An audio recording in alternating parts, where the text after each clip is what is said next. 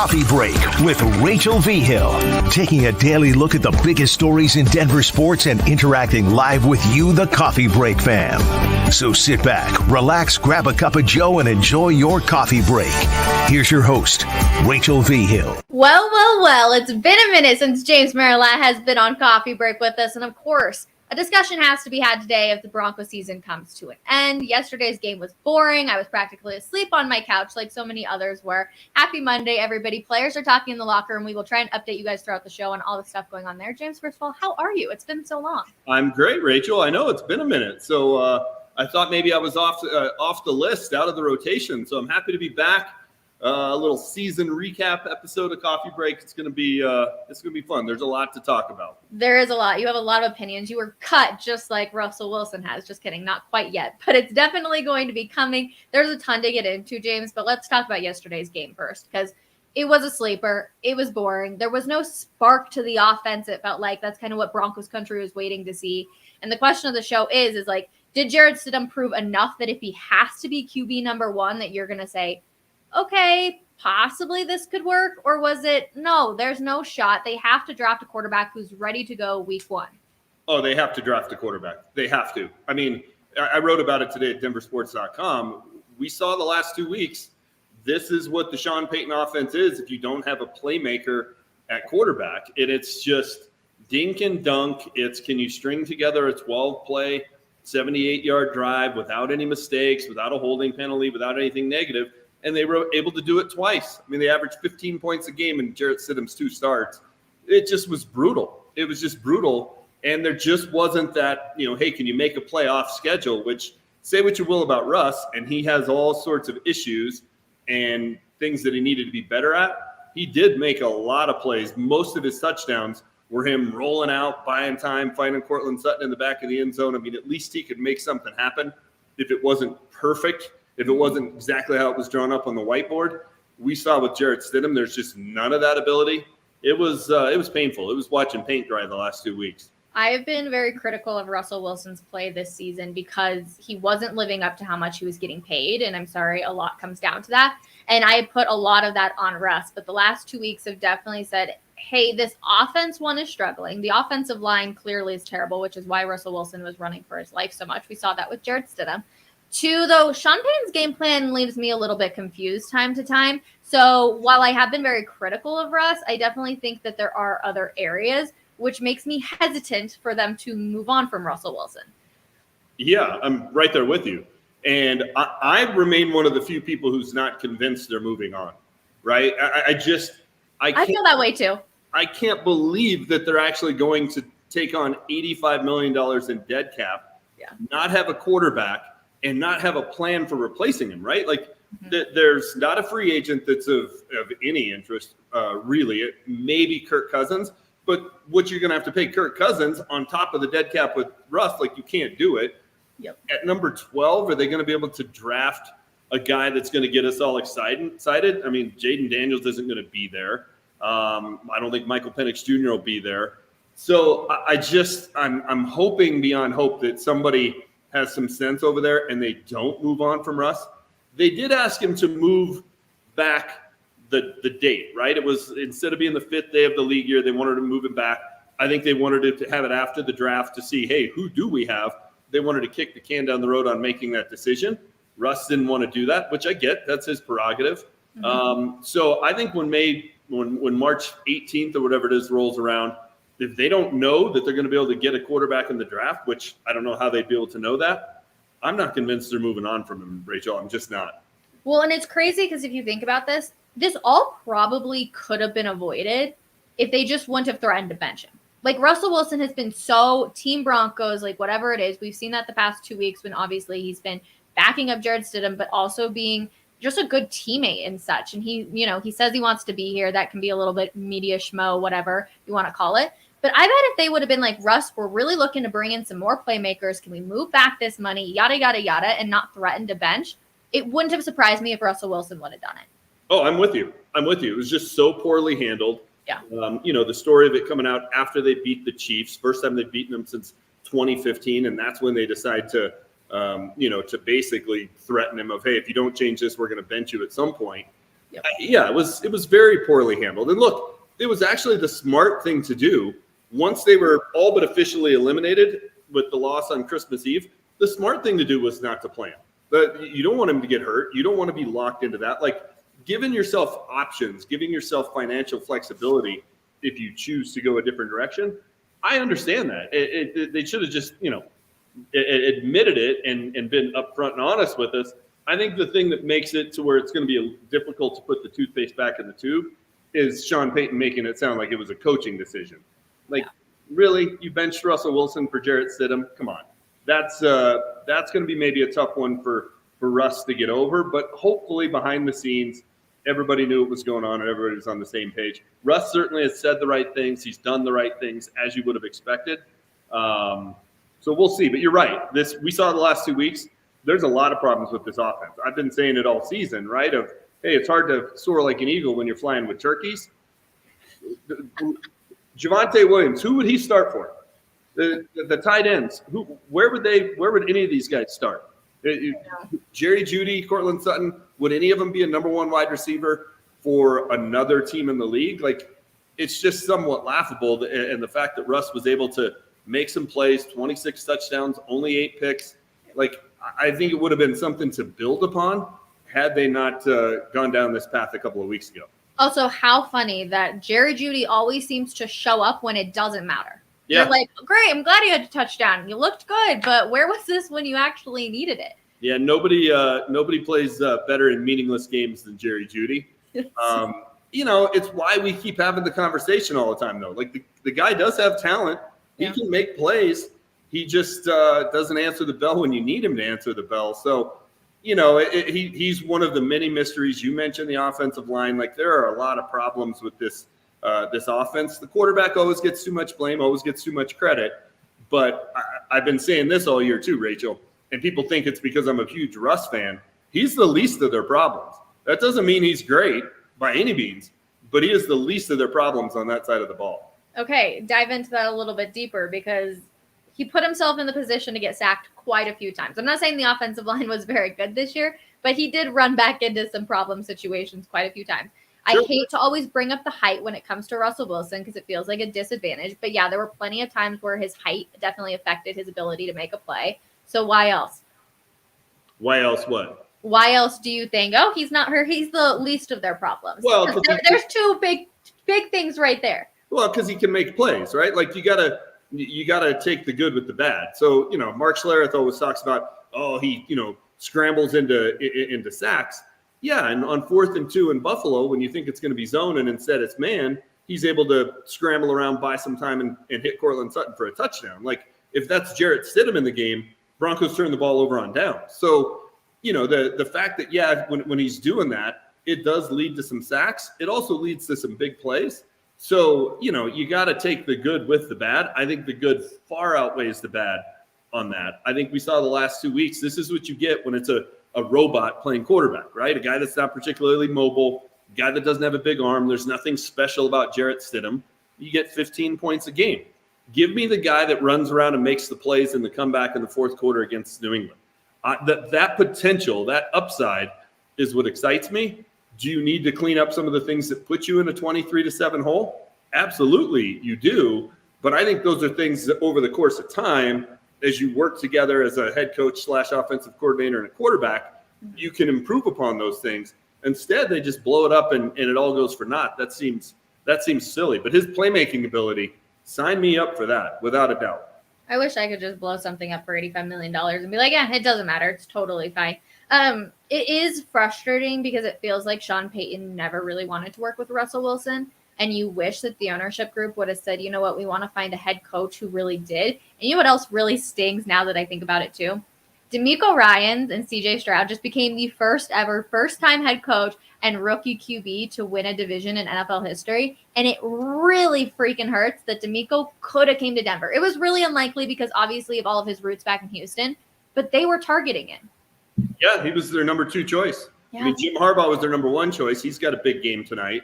And DeMeco Ryans was their number 2 choice. He'll be coaching next weekend, the opening game of Wild Card Weekend. They'll be hosting the Browns. So, yeah, either one of those would have been a great hire.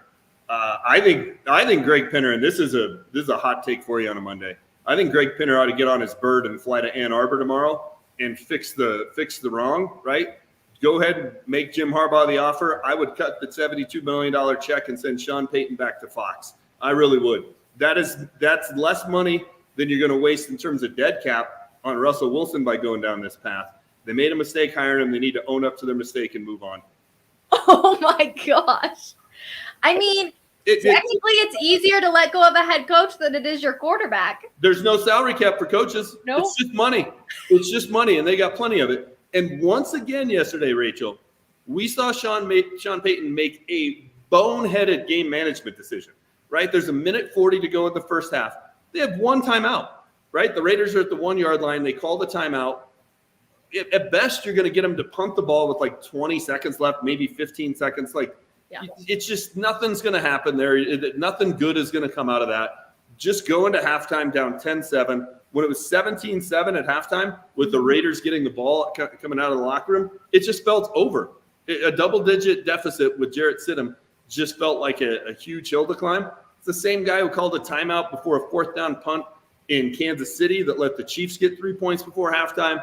The timeouts at the end of the game on Christmas Eve against the Patriots were just foolish, like mistake after mistake after mistake. That if VJ made those decisions or Vic made those decisions or Nathaniel Hackett made those decisions, we'd be beating him up and saying he's got to go. But because he's Sean Payton and he won a Super Bowl back when George W. Bush was in office, he just gets a free pass.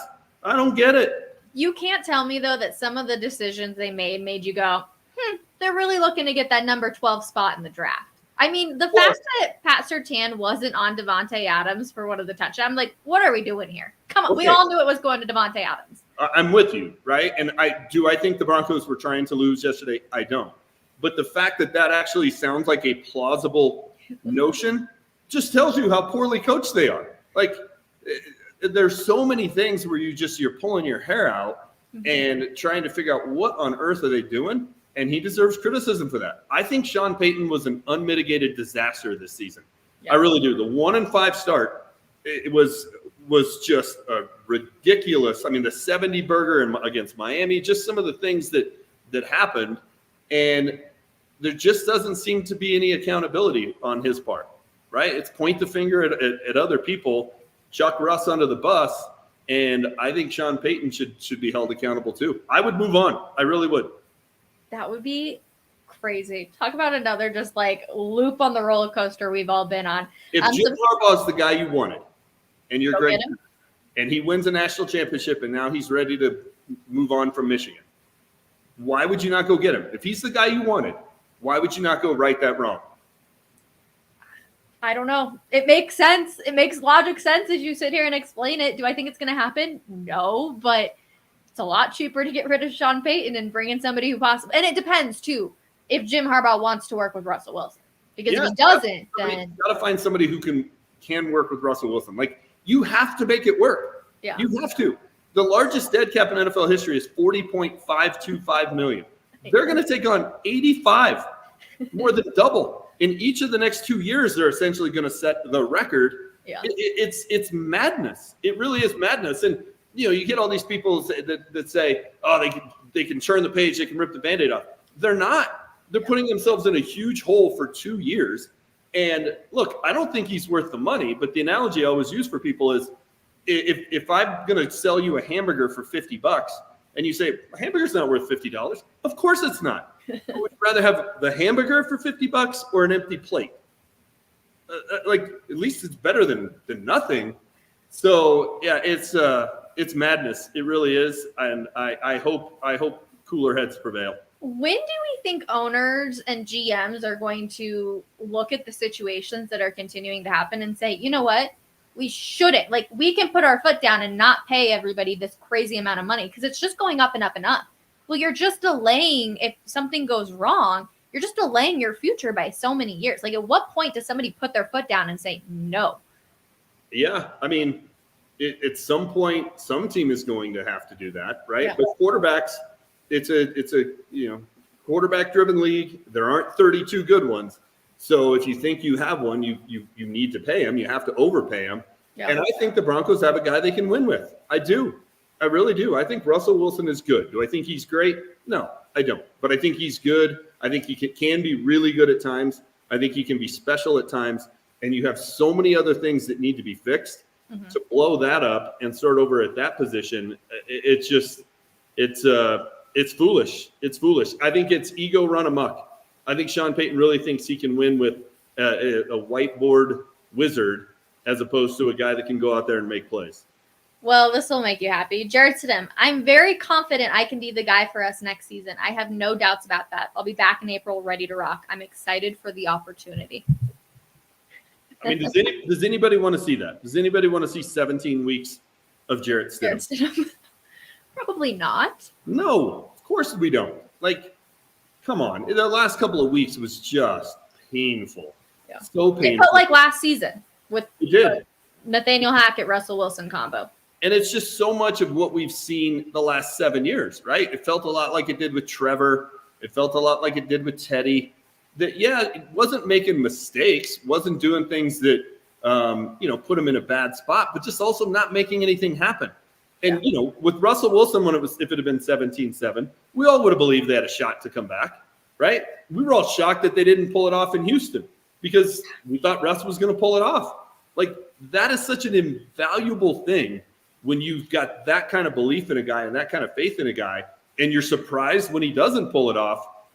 To voluntarily move out of that situation it makes no sense. It really doesn't. I think people, they get caught up in the contract. They're mad at Russ because of the money. Yep.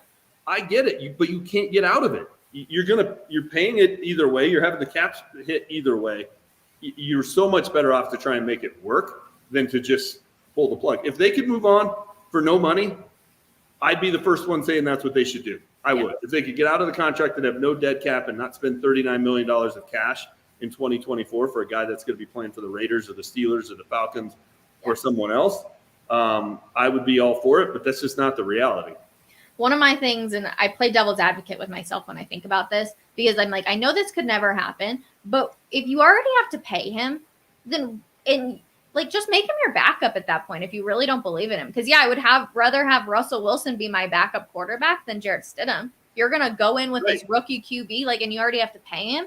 But, of course, you obviously, if you keep him on the roster, there are other things you still have to pay him for. But it's just, why would you send him off to possibly go win somewhere else or just grant somebody and make them not have to pay him as much because he's already getting a huge payday? I don't know. He's going to play for $1 million somewhere next year, and the Broncos are going to pay him $39 million to play for someone else. Yeah. Like if he goes to the Raiders, could you imagine? I'm telling you, that is a nightmare scenario, right? So as bad as people think it is, and it's not been great. He's 11-19 as the Broncos quarterback. Yeah. I don't think that's all on him, but okay, it hasn't been great. A much bigger disaster is watching Russell Wilson go play well for somebody else and knowing you had him here. You had him here and you stubbornly couldn't make it work. And now he goes and leads the Steelers to a Super Bowl or makes the Raiders a playoff team or goes to Atlanta where they've got, Robinson in the backfield and Kyle Pitts and London on the outside. And, he has some stuff to work with. He'll find success at one of those places. And teams they're only going to have to pay him $1 million next year. Yeah, there'll be people that want to have him on their roster. Also, real quick, did I miss something with Jimmy Garoppolo and the Raiders? I could not believe the amount of booing that happened yesterday. I know. It was weird, man. They really dislike him in Vegas. Funny you say that because we all had the same conversation of why do they hate Jimmy Garoppolo so much? I thought he was just hurt. Did he say something about the organization? Did he say something? Not that I recall, but man, there was some vitriol toward him yesterday. I know. I was really surprised. I was like, am I missing something? Even Twitter didn't really answer any of my questions when I searched it. I was like, I thought he was just injury based. And I don't know. That sounded like a really bad situation. Yeah. We heard booing for Russell Wilson and Sean Payton this year, but nothing like that. That was loud through the speakers. Yeah, it was odd. And it's, Aiden O'Connell, basically is like watching Jarrett Stidham. So it's not like they're thrilled with the other option. It was bizarre. Jimmy's going to go elsewhere. He'll be, do you think he'll be a starter next year or Russell Wilson will be a starter next year or neither? People that don't think Russell Wilson's going to be one, I think is nuts, but Jimmy will go somewhere. He'll land on his feet. How funny would it be if they just flip-flopped teams? You never know. You never know. What You about also Russ back in Seattle? there's no way. I don't know. There's no way. That would be the wildest story ever in the NFL if that happened. For $1 million, and Russell signed a 1-year deal, right? Because he's getting paid either way. He'll go out and prove that he can play, and then heading into the 2025 season, he'll get one final big contract, 2 or 3 year deal. Oh gosh, these storylines, they could keep you up all night for sure. The other interesting thing that came out this weekend is George Paton is safe. Now, of course, when you hear any of the insiders hear that, you typically are hearing that from somebody like George Paton who's telling them that. So how much are you buying into this George Paton is safe comments? I buy it. I think he is. I mean, he doesn't have any power, right? Sean Payton's making all the decisions. He's the guy that basically, does all the, he signs all the documents and fills out the forms, and he knows where the paper clips are and all the rest of it. So I don't know why they would move on from him to bring in Jeff Ireland or somebody else that's not going to have any power, right? They already got a guy that is just a GM in name only. So I think he's safe, which is crazy to me. Look, if you move on from Russ, he made that trade. He gave him that contract. He hired Nathaniel Hackett. Like, those are moves. Our buddy Will Peterson tweeted it yesterday. Those are moves that get any GM fired. The fact that it won't here it's hard to believe, but I think he's safe. I think he's sticking around. Yeah, I just don't know. Like, there's so much baggage that comes with him at this point that I would be shocked if they wanted to keep that same energy in the building. But again, it's all Sean Payton. Everything is Sean Payton. Yeah. Everything's running through Sean Payton. Sean Payton, when he took the job, must have been told, you know what, whatever you want to do, we'll do and follow it. So I don't know. It's such a weird situation to kind of comprehend and like bring yourself around it from all of the angles that it's hard for me to believe he would stay. But I'm also like, why make a change? Yeah, I'm with you. And again, like, it's not as though they're going to go bring in a GM who's going to have any power and have any say. So, plus, who would want to be in that position? Who would want that job? So operationally, I don't know what would change. I don't know how that would improve things. I mean, George Paton, he's not been good, right? Like, his best move was Pat Surtain, and that was a mistake. Micah Parsons is one of the 3 favorites to win defensive player of the year, right? Like, they should have taken Micah Parsons instead of Pat Surtain. Yeah. The Randy Gregory deal was a disaster. You can argue that McGlinchey and Powers weren't particularly good deals, although those were partially on Sean this year. So it's hard to find wins that George has had. Plenty of misses, but I think he stays. I really do. Oh boy, which means we go into the draft, the number 12 pick overall. Who are you eyeing, James Merilatt? Or actually, let's go with who are you eyeing and who do you believe the Broncos will select? I think they're going to take one of the quarterbacks playing tonight. I think J.J. McCarthy just looks like a Drew Brees 2.0. That's what they want. That's what Sean Payton wants. And that's who I don't know if they'll take him at 12, but that's who I think the quarterback is going to be. I think this pipe dream that they're going to trade up and get Michael Penix Jr. or get Jaden Daniels, like, well, what evidence is there that that's what they would do? That Sean Payton wants that kind of quarterback, that he's going to tailor his offense to a rookie that has those kind of abilities like the Bills did with Josh Allen or like the Ravens have done with Lamar. Like, no, he wants somebody who can go run his system. That's what he wants. So it's going to be a Bo Nix type. It's going to be a J.J. McCarthy type.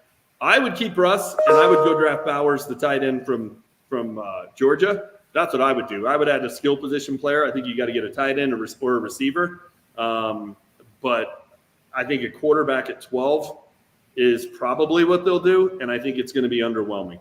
Okay, so I went through all the picks before the Broncos to see, like, how many are eyeing quarterbacks kind of thing. The Bears, I'm sure they're eyeing a quarterback. I don't know. Their drama with QB is almost as messy as the Broncos is, obviously, with Justin Fields. The Commanders possibly could be going for a QB. It's like the future with Sam Howell. You're kind of like, what are you doing? Same kind of thing, right? It's like he's not been good, but he's not been terrible. But it's still kind of a murky thing. And then you obviously have New England. They're moving on from Mac Jones. I'm guarantee that one's over. Then you get the Cardinals. What are you going to do with Kyler Murray? Oh, I think that team's a playoff contender with Kyler Murray back healthy next year. So they needed to fill in one last week. They had a disappointing season, but they're a different team with him. I mean, when he got hurt 2 years ago, they were the last undefeated team in the league that season. They were rolling. Then he hurt his ankle. When he came back, they were never quite the same. They lost in the playoffs to the Rams, who went on to win the Super Bowl. And then last year was just an absolute mess. Kyler Murray, I think he's the answer down there. And I think once he's back fully healthy and has the offseason and all the rest of it, I think he makes the Cardinals a contender. Next season will be all telling when it comes to Kyler Murray. I did have them sticking with him. The Chargers are going to stick with Herbert, obviously. The Giants, they're going to be going a QB. Yep. And then the Titans, they're sticking with Will Levis. You got the Falcons, who are looking for a QB. Then you have the Bears again, who, if they're taking the first pick with a QB, then they're obviously taking a skill player or something of that sort. You have the Jets, who have Aaron Rodgers. The Vikings, are they going to bring back Kirk Cousins? I don't know what that situation is going to look like. I would be kind of surprised if they didn't. And I feel like it makes sense for them to go for a quarterback, but because they were so close with Kirk Cousins, it's almost like, if you could just get 1 year of him being back healthy from that ACL, like maybe they could do something with it. That one I'm kind of flippy-floppy on. Yeah, I mean, I think at this point, though, it's like, man, are you really going to get any better with Kirk? Like, you keep waiting for it to get over that hump, and it's just, he is what he is. He's a guy that's going to go 10-7, get you to the playoffs, and then not go very far once he's there. I think they've hit the ceiling with Kirk Cousins.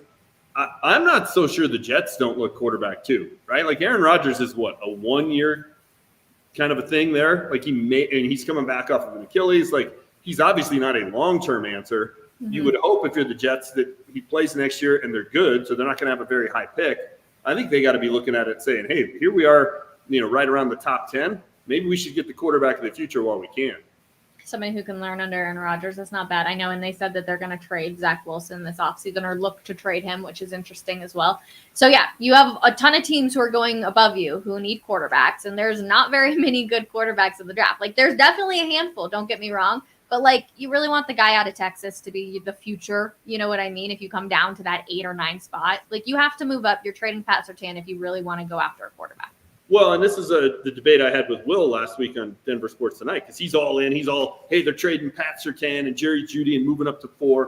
I'm like, okay, all right. So you have Mike to get Michael Penix Jr. In this one, you have Michael Penix Jr. In this one, you have Russell Wilson, Brock Bowers, and Pat Surtain. I would rather have that trio than Michael Penix Jr. They're just taking steps backward. And who are they going to put around the kid? With $85 million in dead cap, who are the skill position guys that they're going to add that are going to help a rookie quarterback? I just think it sets the kid up for failure. So I don't see that happening. I don't think they're going to have salary cap issues because of the dead cap. They don't have a ton of draft capital. Mm-hmm. I just don't see him being bold and moving up and making a splashy move, a splashy deal like that. Yeah. The more and more we talk about this, the more I'm realizing it's going to be a long time before we're talking about really relevant, playoff Bronco teams. 2026 at the earliest. Man, that really, really hurts. Now, speaking of tight ends real quick, Greg Dulcich obviously spoke of the locker room too. He's planned to get healthy completely in the offseason. His hamstring is feeling good. He obviously then got that foot injury. I'm just over Greg Dulcich. I'm done with it. I'm over it. I'm like, okay, I'm sorry you couldn't stay healthy, but we needed you this season. They needed him so badly, and it just never could bloom like we needed it to. Yeah, exactly. I mean, does he have a lot of talent? Yeah. Is that tempting? Yeah, but you can't count on him. He's injured all the time. I mean, he comes back from the hamstring and hurts his foot in practice. He's constantly hurt. If they get anything out of Greg Dulcich in 2024, it'll be a bonus, but you certainly can't count on it. Yeah. I think you have to go find somebody, whether it's in the draft or free agency, that can be the pass catching tight end. They clearly don't have that. I mean, all due respect to Adam Troutman and Chris Manhertz and some of those guys. Lucas Kroll got a lot of time late in the season for a reason. They were desperately trying to find somebody who could help them in the passing game at that position. They got to go address that because they can't count on Greg Dulcich. They just can't. No, I'm 100% with you. So frustrating, obviously. And then there's tons of other injuries that we're all waiting for, to hear news on. Jaleel McLaughlin yesterday, Courtland Sutton, obviously. There's going to be a lot of information coming out too. And then, of course, the big storylines with Russell Wilson as well. So plenty of good stuff over at denversports.com. You working on anything? I'll probably have some more think pieces about Russ. You're going to be telling everybody to get on board. It makes sense, though, James. I know you get a lot of crap on social media. it does make a lot of sense. I think everybody thinks that there's going to be this player who can just Band-Aid over and everything's going to be fixed, and that's not going to be the case. And I mean, think about, not that I think Pat Surtain has been uber special this year, but he still is, in a sense, a lockdown corner. If you get rid of him, look at how sparse that secondary can become. Yeah. And look, we got to see 2 weeks of life without Russ. It was pretty bleak, right? Don't make the mistake. But at the exact same time, was life with Russ all that pretty? It was better. I'll tell you what, that Christmas Eve game, and look, it's 23-23, and then they go back to Sean Payton calling, normal Sean Payton plays, and it blew up in their face. But that comeback, that was as much fun as I've had at a Broncos game in ages. It was a ton of fun. It was electric. The building was going nuts. Mm-hmm. Russ is running around making plays. He's all fired up. Like, man, if you could put that in a can and sell it, you'd be making millions. That was so much fun. I want to see more of that. But they got the L. No, I know. He wasn't calling timeouts. Okay, fair enough. On that note, James Merilatt, always a pleasure. Thank you so much for hanging with us for a little bit. Thanks for having me. And everybody else in the comments, thank you so much. If you're watching us on YouTube, make sure you subscribe and like. That way we can get around to more Denver Broncos fans. Plenty of good stuff coming. We've also got some big news coming in the next few weeks, you guys. So stay tuned right here to Coffee Break, 10:30 a.m. We'll see you guys tomorrow. Bye, everybody.